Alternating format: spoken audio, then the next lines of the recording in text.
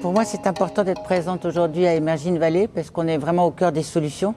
J'ai eu la chance de rencontrer Samir Abdelkrim lors du sommet des deux rives où déjà c'est ce dialogue euro-africain, y compris autour des deux rives de la Méditerranée, permettait vraiment de voir que les solutions étaient totalement accélérées par le digital et par les start-up et par toute cette énergie de la jeunesse et des nouveaux créateurs de solutions. Donc pour moi, c'est vraiment un endroit très inspirant.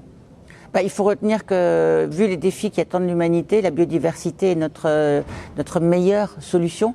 Les solutions fondées sur la nature, le biomimétisme, c'est-à-dire que la biodiversité, c'est tout notre système vivant dont nous faisons partie.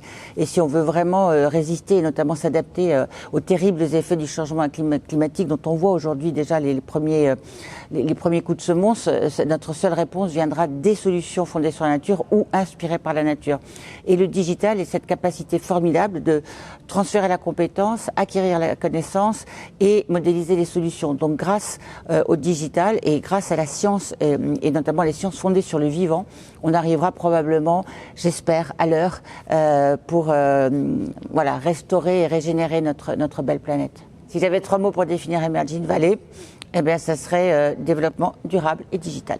Je pense que la meilleure chose qui pourrait naître du sommet Union africaine et Union européenne, c'est justement de partager ces enjeux communs de sauvegarde de la biodiversité, de l'océan et du climat, et de profiter finalement des avantages et erreurs des uns et des autres. C'est-à-dire que peut-être l'Europe a peut-être de la compétence plus structurée et des capacités de financement, mais on a également des vieilles réglementations qui sont des freins à l'innovation, et on a fait nous-mêmes beaucoup d'erreurs.